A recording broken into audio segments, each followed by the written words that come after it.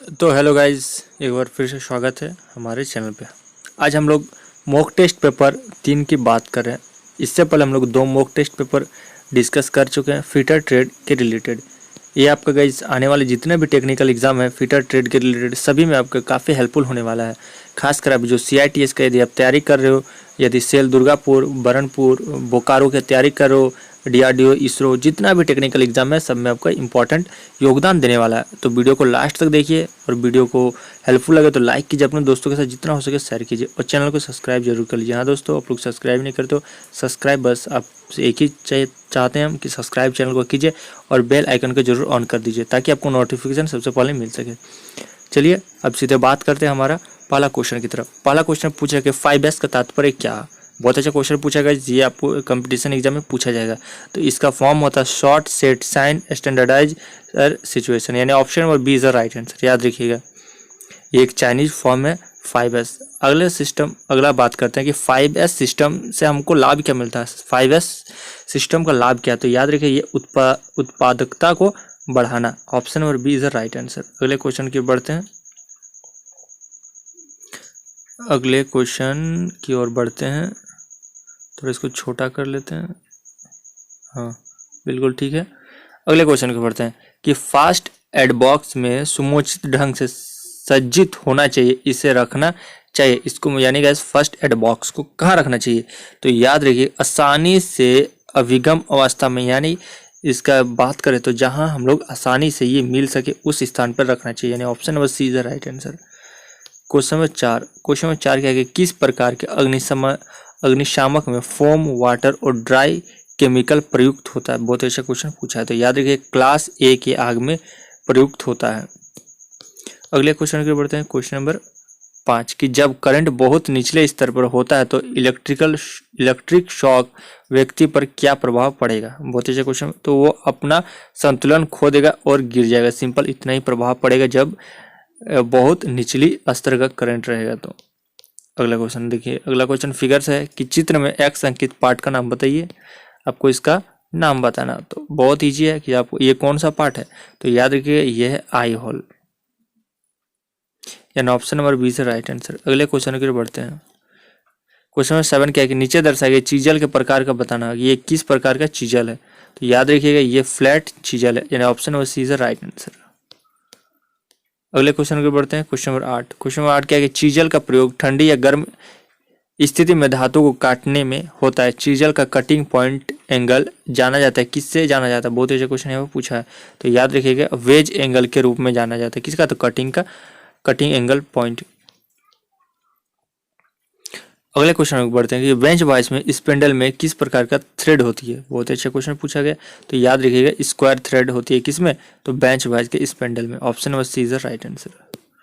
अगला क्वेश्चन देखिए, hand tool से पूछा गया चित्र में दर्शाया गया डिवाइडर का नाम बताना। ये किस प्रकार का डिवाइडर है, तो याद रखिएगा ये देखिए यहाँ पे इसका स्प्रिंग लगा हुआ है, तो ये स्प्रिंग जोड़ डिवाइडर है। अगला क्वेश्चन की ओर बढ़ते हैं। अगला क्वेश्चन क्या है कि हेक्सो ब्लेड बनी होती है। तो हेक्सो ब्लेड किससे बनी होती है, तो आपको पता है कि हाई कार्बन स्टील से बनी होती है, क्योंकि हाई कार्बन स्टील में गाइस काफ़ी कार्बन की मात्रा अधिक होती है और ये काफ़ी कठोर होता है। इसलिए कोई भी कठोर वस्तु कठोर तभी होगा, मतलब कोई वस्तु किसी वस्तु को काट तभी सकती है जब वो हार्ड होगा, इसलिए हाई कार्बन स्टील से बनी होती है। क्या था, हेक्सो ब्लेड। अगले क्वेश्चन की ओर बढ़ते हैं। अगला क्वेश्चन क्या है कि यूनिवर्सल सरफेस गेज में X अंकित पार्ट का नाम बताइए। बताना है कि जो इस पार्ट का आपको नाम बताइए कि X अंकित आपको इस तरह का एग्जाम में पूछा जाएगा, तो इसका पार्ट का नाम बताइए। तो इसका पार्ट का नाम है स्नग। याद रखिए इसको स्नग कहते हैं। अगले क्वेश्चन की बढ़ते हैं, क्वेश्चन नंबर 13। क्वेश्चन नंबर 13 क्या है कि हेक्सो कटिंग मशीन में अपेक्षा कटिंग प्रेशर किस प्रकार प्राप्त किया जाता है। कि हेक्सो कटिंग मशीन में अपेक्षित कटिंग प्रेशर हम लोग किस तरह प्राप्त कर सकते हैं, तो याद रखिएगा हाइड्रोलिक तरीके से हम लोग प्राप्त कर सकते हैं। फिर से फिगर आ गया, फिगर बहुत इंपॉर्टेंट है। चित्र में जेनी क्लिपर X के अंकित को पार्ट का नाम बताना। तो याद है सिंपल सा, ये क्या है, तो ये दोस्तों ये बैंड लैग है। Option number B is the right answer. कोई भी डाउट हो कोई भी चैप्टर से रिलेटेड तो नीचे जरूर कमेंट कीजिए। अगले क्वेश्चन की ओर बढ़ते हैं, क्वेश्चन नंबर 15 कि निम्न में कौन फाइल का कटिंग भाग नहीं है।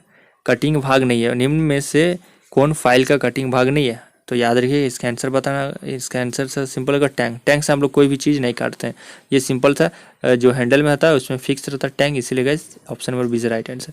अपना फीडबैक नीचे कमेंट करके जरूर बताइए।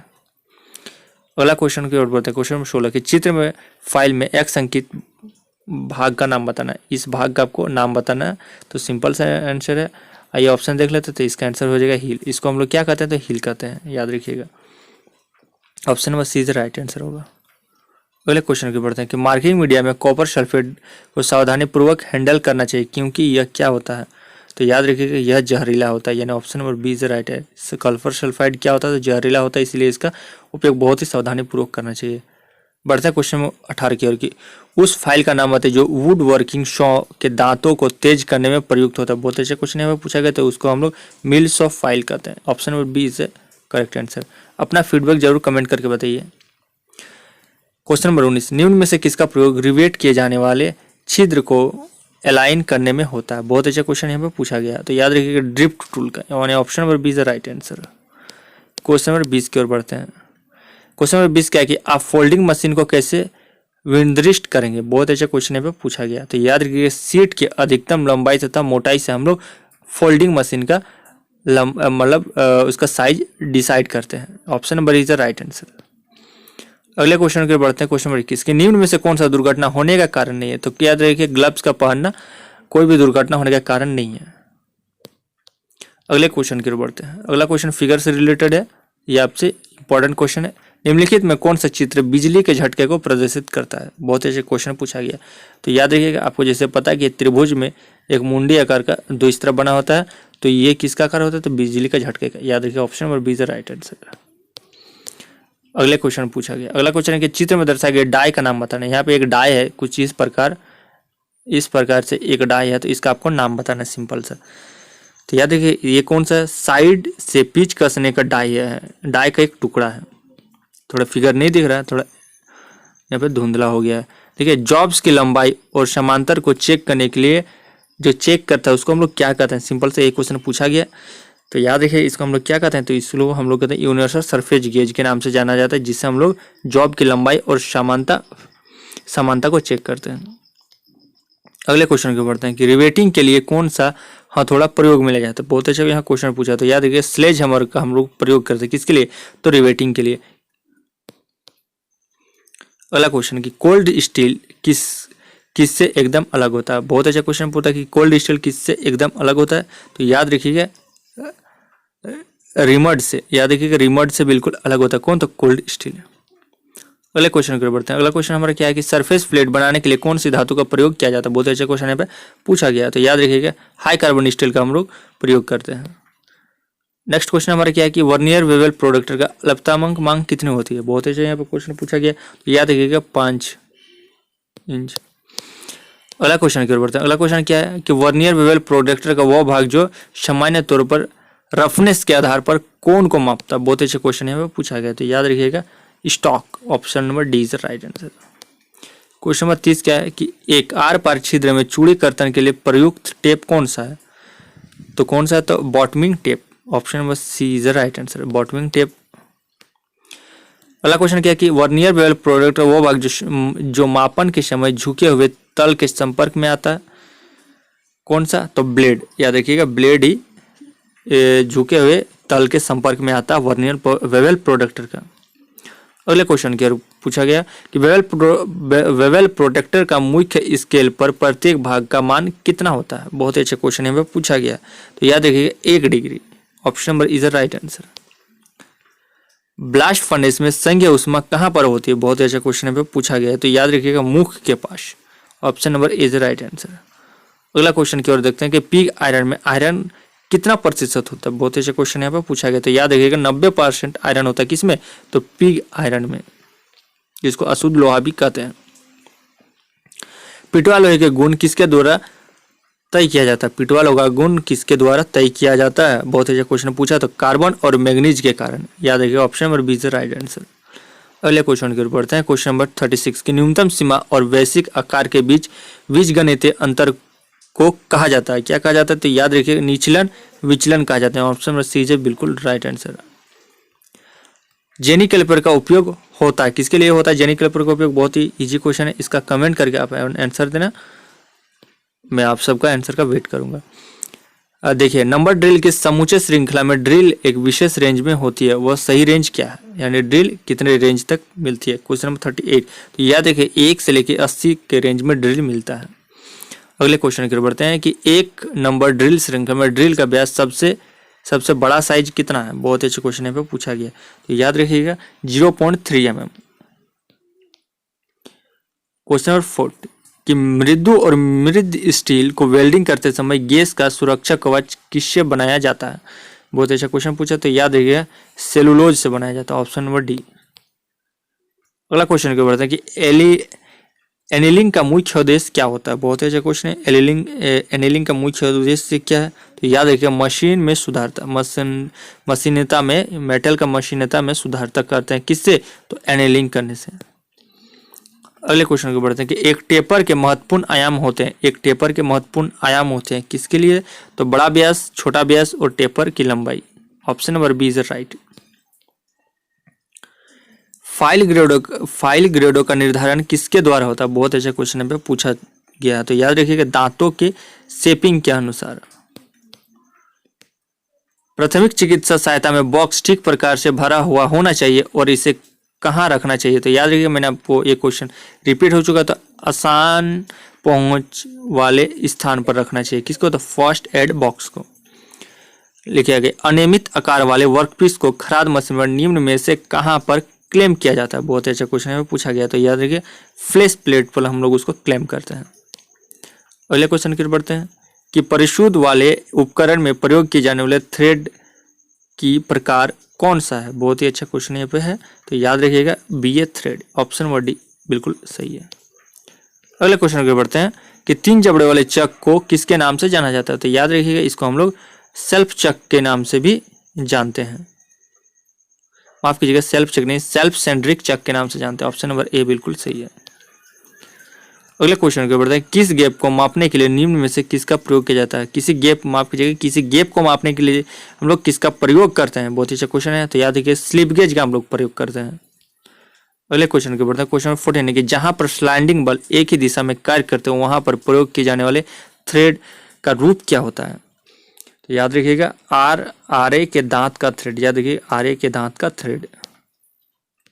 अगले क्वेश्चन को बढ़ते हैं कि सबसे हार्ड कटिंग टूल की सामग्री है, सबसे हार्ड कटिंग टूल की सामग्री कौन है? मतलब सबसे हार्ड कटिंग टूल का सामग्री सबसे ज्यादा कौन है? तो याद रखिएगा डायमंड सबसे हार्ड कटिंग टूल है। अगले क्वेश्चन को बढ़ते हैं किसी बाहरी टेपर को जांचने के लिए निम्न में से किसका प्रयोग किया जाता है? बहुत अच्छा क्वेश्चन है, वो पूछा गया था, याद रखिएगा टेपर रिंगेज का हम लोग प्रयोग करते हैं, क्या? तो बाहरी टेपर को जांचने के लिए। क्वेश्चन नंबर 52 किसी स्क्रू के थ्रेड के सबसे बड़े व्यास को जाना जाता है, किस नाम से जाना जाता है? तो बड़े व्यास के नाम से ही जाने जाता है, ऑप्शन नंबर सी बिल्कुल सही है। सेशन को लाइक कर दीजिए, अभी तक नहीं किया तो शेयर कर दीजिए, और चैनल को सब्सक्राइब नहीं किया तो सब्सक्राइब जरूर कीजिए। अगले क्वेश्चन की बढ़ते हैं कि लीड के स्क्रू के द्वारा कैरिज को ट्रांसमिट किए जाने वाले पावर को किसके माध्यम से भेजा जाता है? बहुत ही अच्छा क्वेश्चन यहाँ पे है, तो याद रखिए हाफ नट के द्वारा, ऑप्शन नंबर डी बिल्कुल करेक्ट है। अगले क्वेश्चन की बढ़ते हैं कि किसी खराद में किसी वर्कपीस के द्वारा निम्न में से कौन से ऑपरेशन स्पिंडल की गति से कम होगी? बहुत ही अच्छा क्वेश्चन यहाँ पे पूछा गया खराद से रिलेटेड, तो याद रखिएगा थ्रेड कटिंग में स्पिंडल की गति सबसे कम होती है।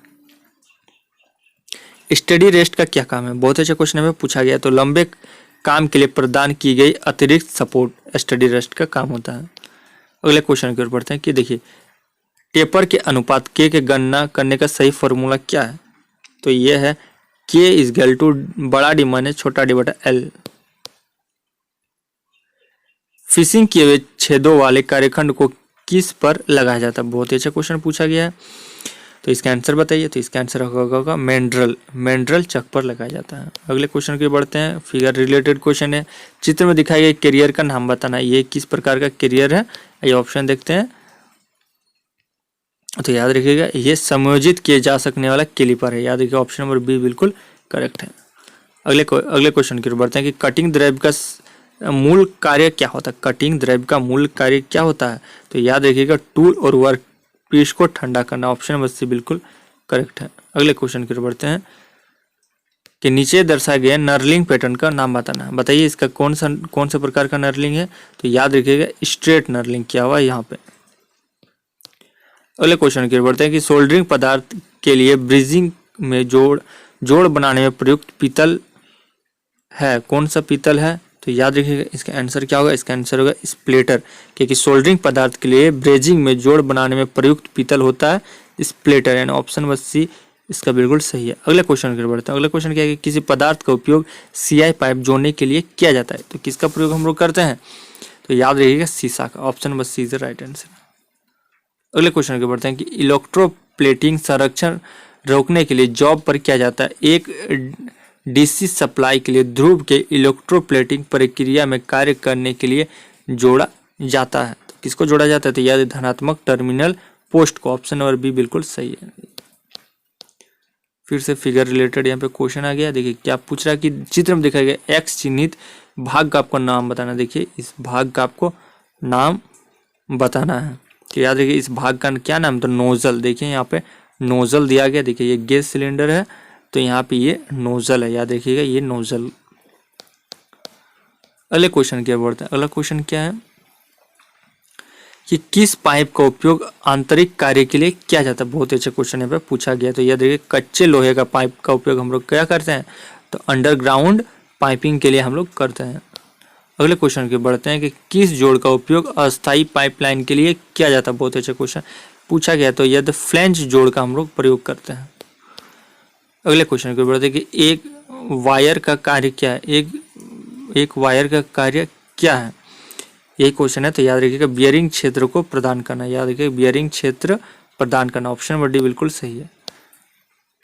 क्वेश्चन नंबर 68, उसमें 68 क्या कि एक वी प्लेट में भुजा के बीच कोण कितना होती है, तो याद रखिएगा 40 degree, option number D is the right answer. देखिए एक जिग डैश के लिए इस्तेमाल किए जाने वाला एक डिवाइस होता है, तो याद रखिए कार्य वस्तु पकड़ना और टूल को गाइड करना काम किसका होता है, तो एक जिग का काम होता है, याद रखिएगा। अगले क्वेश्चन की बढ़ते हैं कि जिग और फिक्चर में उपयोग किए जाने वाला बेलनाकार जॉब के लिए विशेष लोकेटिंग डिवाइस होता है, कौन सा होता है, तो याद रखिएगा V block, option number B is the right answer. Question number 71, वर्ग बी आग को बुझाने के लिए निम्न प्रकार के अग्निशमक का उपयोग किया जाता है, तो किसका उपयोग करते हैं, तो हम लोग तो फोम प्रकार का उपयोग करते हैं, फोम का उपयोग हम लोग करते हैं। भारी फैब्रिकेशन कार्य के लिए उपयोग किए जाने वाले रिवेट हेड का नाम बताइए, बहुत अच्छा क्वेश्चन यहाँ पे पूछा गया, तो इसका आंसर क्या होगा, pen head, option number B is the right answer. अगले क्वेश्चन की ओर बढ़ते हैं। क्वेश्चन नंबर 73 बेल्ट निम्न के कारण फिसलती है, बेल्ट किस कारण से फिसलती है, तो कम तनाव के कारण, option number A is the right answer. अगले क्वेश्चन की ओर बढ़ते हैं। क्वेश्चन नंबर 74 किस प्रकार की गांठ का उपयोग सामान्य व्यास की दो रस्सियों को जोड़ने के लिए किया जाता है, बहुत ही अच्छा क्वेश्चन है पूछा गया, तो ब्लाइन गांठ का उपयोग हम लोग करते हैं, option number B is the right answer. Last question की ओर बढ़ते हैं कि किस अलोह धातु तनन शक्ति को हैमरिंग या रोलिंग से बढ़ाया जा सकता है, बहुत ही अच्छा क्वेश्चन पूछा गया, तो तांबा, option number B is the right answer. तो आज का सेशन यहीं पे समाप्त करते हैं। टोटल हम लोग 75 क्वेश्चन पूछे हैं, जो कि टेक्निकल एग्जाम में 75 हम लोग का टेक्निकल क्वेश्चन पूछा जाता है। आई होप इस सेशन में आपको मजा आया होगा। वीडियो अच्छा लगा तो लाइक शेयर एंड चैनल को सब्सक्राइब करते हैं। मिलते हैं इसके हम लोग 2, 3, 4 मॉक टेस्ट पेपर के साथ। तक जय हिंद दोस्तों।